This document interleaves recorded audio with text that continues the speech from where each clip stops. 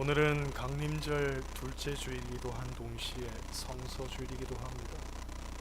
성서주일은 말씀이 육신이 되어 이 땅에 오신 예수 그리스도를 기념하여서 모든 나라가 지킵니다. 그래서 예전에는 만국 성서주일이다라고 했습니다. 우리나라는 1899년부터 성서주일을 지켰으니까 그 역사가 100년이 넘습니다. 성서주일을 지키는 이유 중에 하나는 그만큼 성경을 귀하게 여기고 매일 읽어야 된다는 얘기죠. 여러분, 음식은 매일 먹습니다. 열흘에 한 번, 한 달에 한 번 먹는 사람 없습니다. 매일 먹죠. 육의 양식은 매일 먹는데 영의 양식은 어떻습니까? 어떤 분은 일주일에 한 번, 어떤 분은 한 달에 한 번 먹기도 합니다. 심지어 1년에 한 번 먹을까 말까 한 분도 있습니다. 음식을 안 먹으면 굶어 죽습니다. 영의 양식도 마찬가지죠. 말씀을 공급받지 못하면 죽는 겁니다. 이건 생존의 문제입니다. 먹어도 되고 안 먹어도 되는 것이 아니라 반드시 먹어야만 됩니다. 또 음식은 편식하면 안 됩니다. 골고루 먹어야 됩니다. 마찬가지로 성경도 골고루 읽어야 됩니다. 내가 좋아하는 말씀만 읽으면 안 됩니다. 축복의 말씀만 읽으면 안 됩니다. 내게 주시는 모든 말씀에 우리가 귀를 기울여 그분의 축복의 말씀도 들어야 되지만 책망과 권고의 말씀도 들어야 되는 것이고, 어떤 말씀이든지 그 말씀 통해서 하나님께서 내게 은혜를 주실 것을 믿고 읽어야 됩니다. 신방 가서 예배 드릴 때 저는 주로 창세기나 복음서에 있는 그런 쉬운 말씀 전하려고 합니다. 왜냐하면 누구나 창세기나 복음서는 쉽게 찾을 수 있기 때문에 그렇습니다. 만약에 오바댜냐 스바냐 같은 말씀 읽는다 그러면 그 책이 어디 있는지 모르는 분은 얼굴이 노랗게 변하겠지요. 신앙생활 오래 하신 분들도 어떨 때는 제 앞에서 성경 빨리 찾지를 못하니까 창피해서 어쩔 줄을 모르는 분도 있습니다. 가만히 보면 그 말씀 구약 뒤쪽에 있는데 앞에서 뒤적거리고 있습니다. 어떤 분은 솔직히 말합니다. 목사님 몇 페이지예요? 그런 분은 양반입니다.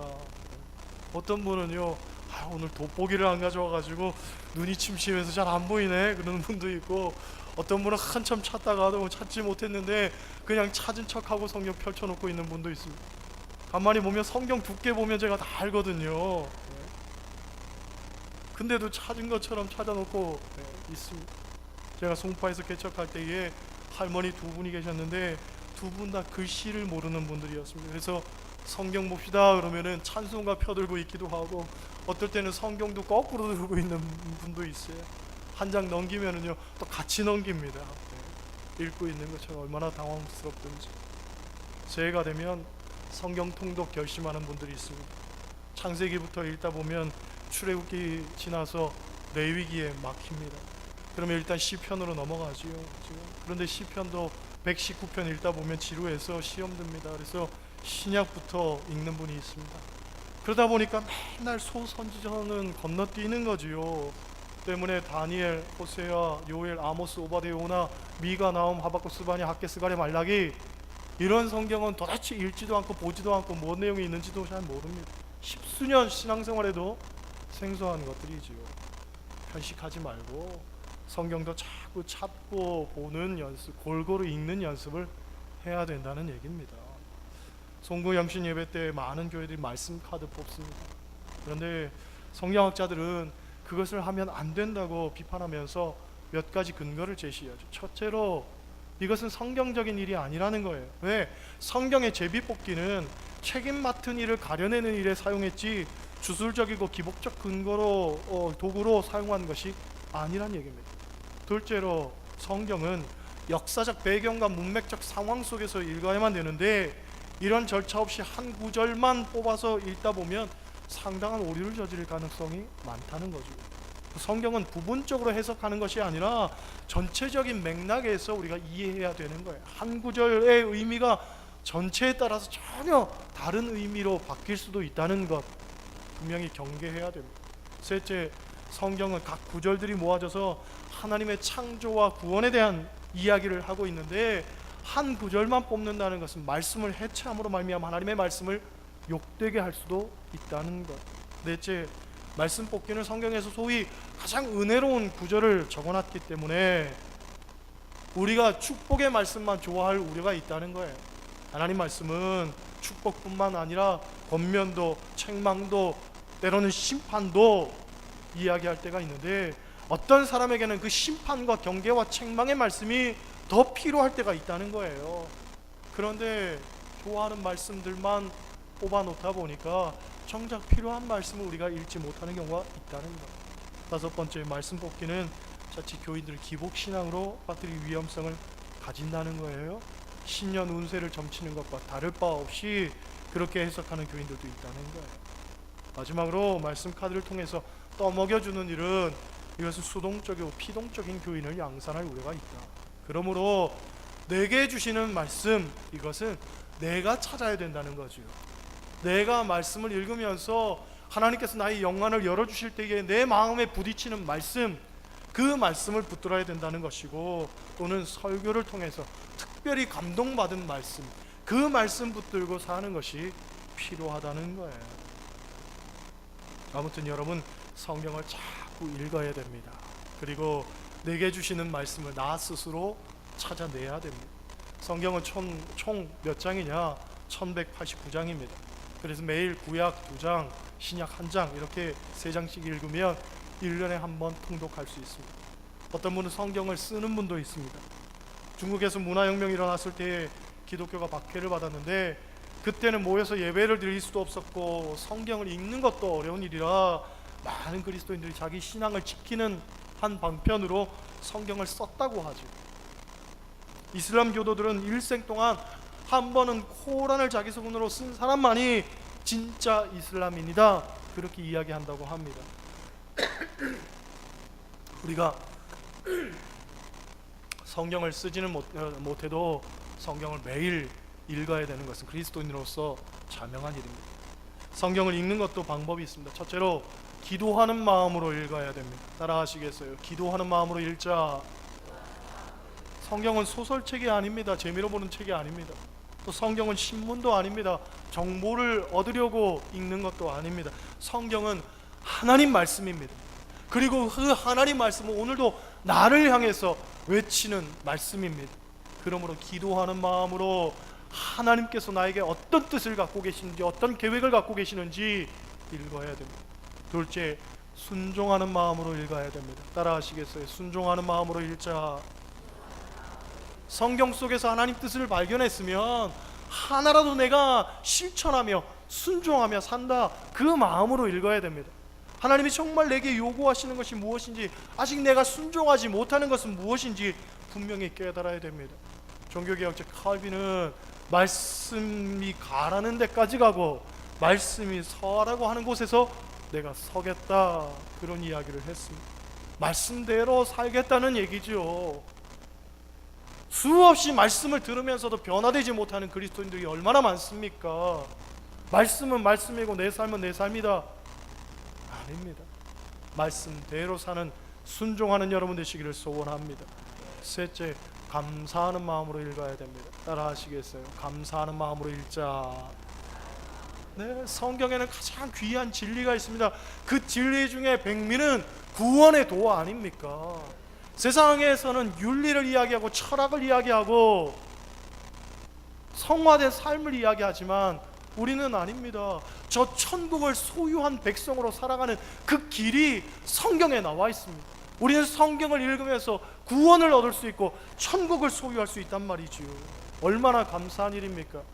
그래서 웨슬리 목사님은 나는 오직 한 권의 사람이다, 그런 이야기를 했습니다. 다른 것은 다 부수적인 것이고 오직 성경이라는 거예요. 구원에 이르게 하는 길을 가르쳐주고 제시하는 책은 성경밖에는 없다는 거죠.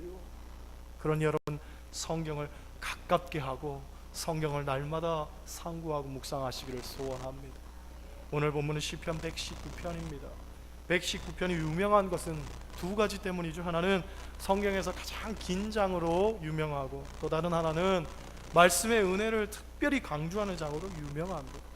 오늘 본문 65절, 66절 같이 보겠습니다. 65절, 66절 같이 읽습니다. 여호와여, 주의 말씀대로 주의 종을 선대하셨나이다. 내가 주의 계명들을 믿었사오니 좋은 명철과 지식을 내게 가르치소서. 할렐루야. 시편 기자는 고백하기를 주의 말씀대로 살았더니 주의 종을 선대하셨다.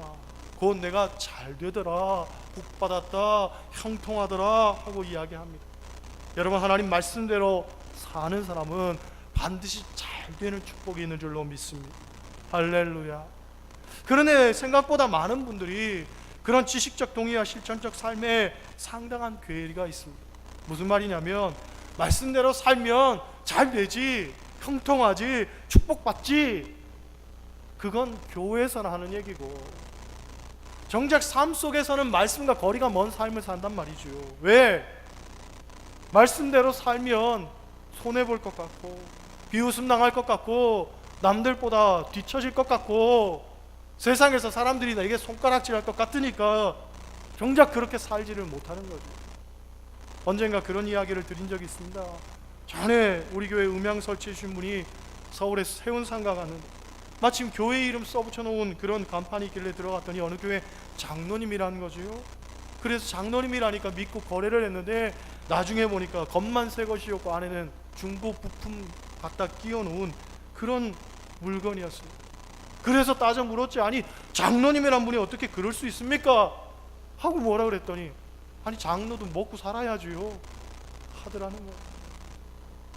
그리스도인의 현주소가 그렇습니다. 얼마나 말씀대로 잘 살 것인가가 아니라 얼마나 잘 먹고 잘 살 것이냐, 거기에 온 관심이 있는 거예요. 세상 사람들이 생각하는 것이나 그리스도인이나 똑같습니다. 잘 먹고 잘 사는 것. 네, 물론 잘 먹고 잘 살아야 되겠죠. 그리스도인도 잘 먹고 잘 살아야 됩니다. 하지만 그것이 목적은 아니라는 거예요. 하나님이 주시는 축복과 풍요를 누리면서 잘 먹고 잘 살아야지, 얕은 장꾀나 부리면서 남을 속이고 세상과 타협하면서 잘 먹고 잘 사는 것, 스스로 취하는 그런 부귀영화가 되어서는 안 된다는 말입니다. 내 생각과 다르고 내 방법과 달라도 그리스도인이라면 일단은 하나님 말씀이 먼저고 그 말씀에 순종하는 것이 으뜸입니다. 그게 최선의 길이고, 그리고 그렇게 살 때 이게 하나님께서 반드시 나를 선대하실 줄 여러분 믿으시기를 소원합니다. 구약의 나아만이라는 아람 나라의 장군이 문둥병 걸렸을 때에 그가 이스라엘의 엘리사 선지자를 찾아가죠. 그런데 엘리사는 나와보지도 않고 아랫사람 통해서 저기 요단 강물에 가서 7번 씻으면 나을 것입니다, 그렇게 이야기합니다. 아니 다른 나라의 구국공신이 멀리까지 찾아왔으면 버선발은 아니어도 그래도 최소한의 예의는 갖춰야지, 얼굴도 쳐다보지도 않고 밑에 종을 시켜가지고 저기 가서 씻으면 낫는다고 이야기하니 이 얼마나 자존심 상하는 일입니까? 우리나라에도 좋은 강이 얼마나 많은데, 우리나라에도 깨끗한 강이 얼마나 많은데 자존심 상해서 그냥 돌아가려고 했더니 밑에 부하들이 생각을 바꾸라고 하지요. 세상에 못 고치는 불치병인 문둥병이 요단강 가가지고 7번 씻어서 낫는다면 그보다 쉬운 일이 어디 있냐고 이야기하는 거예요. 들어보니 그 말이 맞는 것 같아서 그대로 했더니 깨끗이 나았더라. 그런 거죠. 말씀대로 했더니 깨끗이 나았더라. 여러분, 하나님 말씀대로 살면 절대로 실패가 없는 줄 믿습니다. 물론 하나님의 말씀이 내 생각과는 다를 수 있습니다. 내가 생각하는 어떤 합리적 근거와는 전혀 다를 수 있습니다. 전혀 예상 밖의 상황들이 우리의 삶에 펼쳐질 때도 있습니다. 그러나 하나님은 우리의 이성 너머에 계신 분이고, 하나님은 우리의 합리 너머에 계신 분이고, 하나님은 우리의 세상적 판단과 가치 너머에 계시는 분이란 말이죠. 말씀대로 살면 하나님은 우리를 반드시 선대하시고 우리를 축복하실 줄로 믿습니다. 여러분, 그 사실을 분명히 기억하시기를 소원합니다. 제가 아는 목사님이 필리핀 선교를 하는데 한 번은 필리핀에 방문해서 예배 드리는데 예배 순서 시간에 헌금 시간이 없더라는 거죠. 그래서 도대체 왜 예배 시간에 헌금 순서가 없습니까? 하고 물었더니 교인들 형편이 너무 어려워서 헌금 순서를 뺐다는 거예요. 헌금하라고 하면 교인들 다 도망갈 것 같아가지고 헌금 순서를 빼버렸다는 거죠. 안타깝기도 하고 또는 이래서는 되겠는가 하는 생각이 들어서 그러면 선교사님이라도 헌금하셔야죠 그랬더니 대답을 못 하더라는 거예요. 깜짝 놀라서 다시 물었으면 선교사님 11조 하십니까? 안 한다는 거예요. 선교사님 감사헌금 하십니까? 안 한다는 거예요. 도대체 선교사님 왜 헌금 안 하십니까? 하고 물었더니 한국에서 보내오는 선교비가 넉넉지 못해가지고 자기 생활하기도 탓하다는 거예요. 선교비도 정기적으로 들어오지를 않아가지고 생활하기가 너무 힘들다는 거죠. 그 얘기를 들으니까 기가 막힌 거예요. 타양 말리 먼 나라까지 와가지고 하나님 말씀 전하면서 교회를 세우겠다는 분이 최소한의 기본조차 제대로 감당하지 못하고 헌금도 안 하고 있으니까 사람들에게 헌금을 가르치는 건 고사하고 스스로도 헌금도 안 하고 있으니까 이게 얼마나 답답한 일입니까? 그래서 이 목사님이 이야기를 했습니다. 선교사님 11조도 안 하고 헌금도 안 하는데 도대체 누가 헌금합니까? 이제부터 선교사님 꼭 11조도 하고 감사헌금도 하고 헌금하십시오. 그리고 나서 모자란 게 있으면 언제든지 좋으니까 저한테 전화하십시오. 모자라는 건 제가 다 보충해 드리겠습니다. 다 충당해 드리겠습니다. 그러니까 반드시 헌금부터 하십시오. 당부하고 한국으로 왔는데 1년이 넘도록 전화 한 통 없더라는 거예요. 이 선교사님이 마음 상했나? 헌금은 하고 있나? 도대체 무슨 생각으로 전화도 안 하는가? 궁금했지만 이 목사님도 안 했습니다. 한 1년 반쯤 지나가지고 선교사님한테 전화했습니다. 선교사님 부족한 거 있으면 저한테 언제든지 전화하라고 그랬는데 왜 전화 안 하셨어요? 왜 연락 한번 안 하셨어요? 하고 물었더니 이 선교사님 하는 얘기가 목사님 말씀 듣고 난 다음에 제가 마음 찔려가지고 그때부터 11조도 하고 헌금하기를 시작했는데 그래도 이상하게 모자라질 않아요. 목사님 모자라질 않는다는 거예요. 없는 형편에 11조도 하고 감사헌금도 하면 분명히 모자랄 거라고 생각했는데 모자라질 않더라는 거예요. 내가 헌금하는 모습에 교인들이 감동해서 교인들도 헌금하고 또 부족한 것이 있을 때에는 어떻게 하라는지 이상하게 도움의 손길들이 붙여지더라는 거예요. 내가 얘기도 안 했는데 말이죠. 이상하게 하나님께서 돕는 손길을 허락하시더라는 거예요. 광야 같은 현실 속에서 때로는 만나도 부어주시고 때로는 메추라기도 부어주시고 정말 이래서는 도저히 안 되겠는데 정말 꼭 필요한데 할 때는요 예상치 못했던 까마귀의 도움도 허락하시더라는 거예요. 할렐루야. 오늘 찬양대 연습하기 전에 어떤 분이 이미연 집사님한테 집사님 나 좀 도와줘요 그랬더니 집사님이 내가 까마귀예요 그러는데 하나님은 까마귀의 도움과 같은 도움도 허락하신단 말이죠. 전혀 예상치 못했던 도움, 그러나 반드시 필요했던 도움 하나님이 아시고 채워주시더라는 거예요. 그러니까 이제는 자신이 생기더라는 거예요. 자신이 어떤 경우에도 하나님만 믿고 하나님께 맡기고 그리고 정확히 하나님 말씀대로만 살면 하나님이 내게 부족함이 없게 하실 뿐만 아니라 오히려 넘치게 채워주시더라는 거예요. 전혀 상상도 못했던 그때의 하나님의 돕는 손길들이 여기저기서 나타나니까 신앙생활도 재밌는 것 아닙니까? 선교하는 것도 재밌는 것 아닙니까? 목회하는 것도 재밌는 것 아닙니까? 그렇잖아요. 딱 내가 생각하고 내가 계획하고 내가 계산기 두드리고 내가 주판을 두드려서 세운 그 계획 따라서 진행한다면 그건 재미 하나도 없지요. 예상치 못했기 때문에 예상을 벗어났기 때문에 발단이 일어나고 전개가 일어나고 그리고 위기가 있었지만 절정에 치닫는 것 같았지만 그러나 하나님께서는 정말로 기가 막힌 방법으로 역전케 하시는 거예요. 그걸 경험해야 신앙생활도 재밌고 인생에도 살 맛이 나는 것 아닙니까? 그렇잖아요. 여러분 우리의 걱정은 단지 기후일 뿐입니다. 그리고 우리의 걱정은 하나님을 믿지 못하는 불신앙에서 기인하는 겁니다. 의심을 버려야 됩니다. 하나님을 신뢰하고 하나님께 맡기는 여러분 되시기를 소원합니다. 할렐루야. 67절 말씀 보세요. 67절 같이 읽습니다. 고난당하기 전에는 내가 그릇 행하였더니 이제는 주의 말씀을 지키나이다. 할렐루야. 시편 기자는 그릇 행하면서 살던 것을 고난을 통해서 말씀대로 살아가는 방법으로 배웠다는 거예요. 곧 고난은 정지 표시가 아니라 방향 표시다라는 말이 있잖아요. 그렇죠? 고난을 통해서 죄 짓고 살던 사람이 죄를 짓지 않게 되고, 교만했던 사람이 고난을 통해서 겸손해지고, 믿음 없던 사람이 고난을 통해서 믿음이 생겨나고, 기도하지 않던 사람이 고난을 통해서 기도하게 되고, 우리가 그것을 경험하는 것 아닙니까? 그렇잖아요. 그러니까 이 고난은 우리를 넘어뜨리게 하는 어떤 시험거리가 아니라 오히려 우리를 바로 걷게 하고 바로 서게 하기 위한 하나님의 계획과 하나님의 인도하심이라는 것, 여러분 그것을 분명히 믿으시기를 소원합니다. 우리의 인생에 있어서 가장 귀한 건 하나님 말씀이란 말이죠.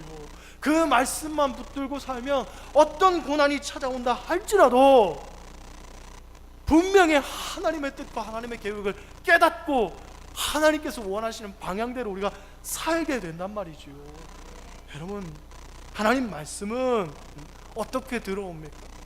사실 하나님 말씀은 성령님 함께 하셔야 들어옵니다. 왜냐하면 하나님의 말씀은 성령의 감동으로 쓰여졌기 때문에 성령의 감동이 없이, 성령의 역사가 없이는 우리에게 들어오지 않지요.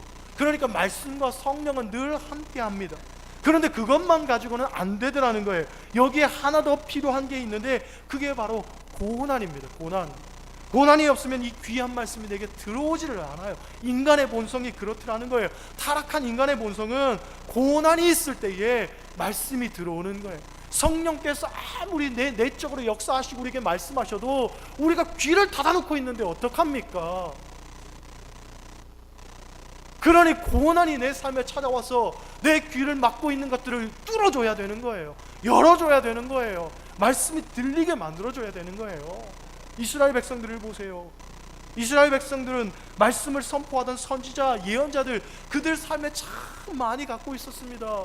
훌륭한 그런 예언자들, 선지자들 얼마나 많았습니까? 이사야, 예레미야, 에스겔, 능력 있는 선지자들이 많았단 말이죠. 그들이 선포하던 말씀은 한결같았습니다. 교만하지 말아라, 회개하라, 하나님께 예배드리는 것을 소홀히 여기지 말아라, 우상 숭배하지 말아라, 세속적으로 살지 말아라, 하나님 잊어버리고 살면 망할 것이다, 이방 나라의 포로가 될 것이다, 하나님 똑바로 믿어야 된다, 수도 없이 말하고 눈물로 외쳤는데도 듣지를 않는 거예요. 듣지를 않는 거예요. 결국 우리가 아는 것처럼 바벨론에 끌려가 70년의 포로 생활을 하지요. 뿐만 아니라 다시 페르시아에게 끌려가서 70년의 세월의 지배를 받습니다.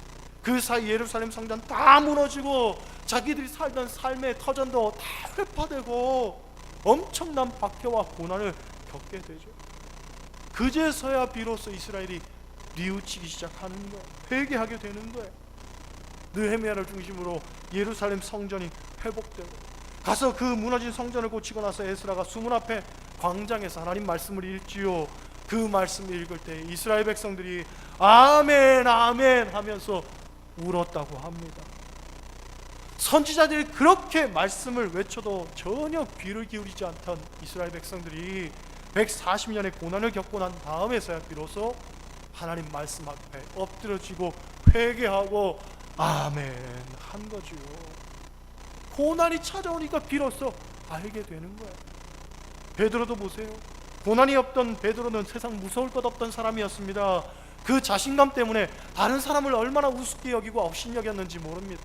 너희가 나를 부인할 것이다, 예수님 말씀하실 때에 다른 사람은 몰라도, 우리 이야기로 하면 다른 인간은 몰라도 나는 안 그럽니다. 절대. 저 인간들은 다 그럴지 몰라도 나는 안 그럽니다. 자신 있게 이야기했지요. 그러나 닭이 3번 울 때 베드로는 주님이 하셨던 말씀이 생각나 심히 통곡했다고 성경은 기록하고 있습니다. 그런 거죠. 닭이 3번 울어야 말씀이 생각나는 거예요. 곧 고난이 찾아와야, 실패해봐야 비로소 말씀이 생각나는 거예요. 살면서 고난 겪고 싶은 사람은 물론 아무도 없을 겁니다. 그런데 고난이 없이 말씀을 깨달은 사람은 거의 없다고 해도 과언이 아닙니다. 그러니 고난이 자꾸 생겨나는 이유는 뭐냐? 말씀 깨달으라. 말씀을 깨달으라. 할렐루야. 말씀을 깨달으라고 고난이 생겨나는 거예요. 그런데 더욱 중요한 것은 고난과 말씀은 함께하기 때문에 고난을 통해서 우리가 말씀을 깨닫기도 하지만 말씀을 통해서 우리는 고난을 이기기도 합니다. 말씀으로 고난을 이긴다는 게 이게 중요한 거죠. 여러분, 우리는 고난을 통해서 말씀을 깨닫게 되고 고난을 통해서 우리의 양심이 바로 서게 되고 하나님의 뜻을 알게 되고 그 하나님의 뜻을 붙들어 승리하는 삶을 살게 됩니다. 그러므로 인생에 고난이 찾아왔다고 낙심하지 않기를 원합니다. 고난을 통해서 하나님의 말씀이 들어온다면 오히려 감사하시기를 바랍니다. 거기에 하나님의 은혜가 임하게 되고 우리는 말씀을 통해서 당면한 고난을 이길 수 있게 되지요. 언젠가 어떤 분이 저에게 이런 이야기를 했습니다. 지금까지 제가 항상 인상적으로 생각하고 있는 겁니다. 목사님, 때가 됐어요. 때가 됐어요. 때가 됐다는 표현을 쓰는 거예요. 고난을 겪는 중에 하나님의 말씀이 들리고 들어오는 것을 보면서 아, 이제 고난이 끝날 때가 됐구나 스스로 생각하는 거지. 깨닫게 된 거예요. 그래서 목사님, 때가 됐어요. 때가 됐어요. 그 말을 한 다음부터 그분의 삶이 풀어지기 시작하는데 술술 풀리는 실타래와 같이 풀어지고 화장실에 있는 두루마리 화장지가 풀어지듯이 풀어지게 되는 거예요. 얼마나 잘 풀리는지 말이죠. 상상도 못한 축복이 그 삶 가운데 부어지는 거예요. 여러분의 삶도 그것을 경험하시기를 소원합니다. 때가 된 거죠. 때가 된 거예요. 그렇죠? 고난 속에서도 말씀이 들리기 시작하면, 말씀이 내 삶에 들어오기 시작하면 이제는 고난이 끝날 때가 된 것이고 다시 새롭게 시작할 때가 된 것이고 이제 소망을 가질 때가 된 것이고 바로 승리할 때가 됐단 말이지요. 할렐루야. 그러니 고난을 통해서 들어오는 말씀을 여러분 기쁘게 여기시고 그 말씀을 통해서 고난을 이기란 말이지요. 선포하시기를 바랍니다. 때가 됐구나. 때가 됐구나. 하나님 앞에서 즐거이 기뻐 외치시기를 바랍니다. 하나님, 이제 때가 된 것 같아요. 때가 된 것 같아요. 그러면 여러분 삶에 정말로 하나님의 때, 그렇죠?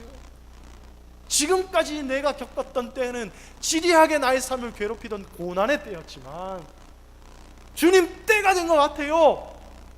그 외침 속에는 이제는 하나님께서 내 삶에 개입하시고 간섭하실 때, 나의 삶을 축복하실 때, 나를 선대하실 때, 그때가 된 것 아니겠습니까?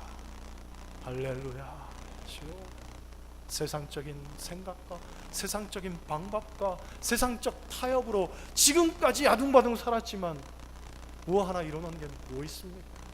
아닙니다. 우리 그리스도인에게 필요한 것은 주의 말씀을 지키는 것입니다. 오늘 설교 제목은 이렇습니다. 이제는 주의 말씀을 지키나이다. 과거에는 그렇지 않았더라도 이제는 하나님의 말씀 앞에 여러분의 삶이 들어오시기를 바랍니다. 그리고 그 말씀을 지키시기를 바랍니다. 넉넉히 이기게 하시는 하나님의 축복이 여러분의 삶 가운데 풍성하게 넘칠 것을 분명히 믿고 확신합니다. 그렇게 사는 여러분 되시기를 주님의 이름으로 간절히 축원합니다. 기도하시겠습니다.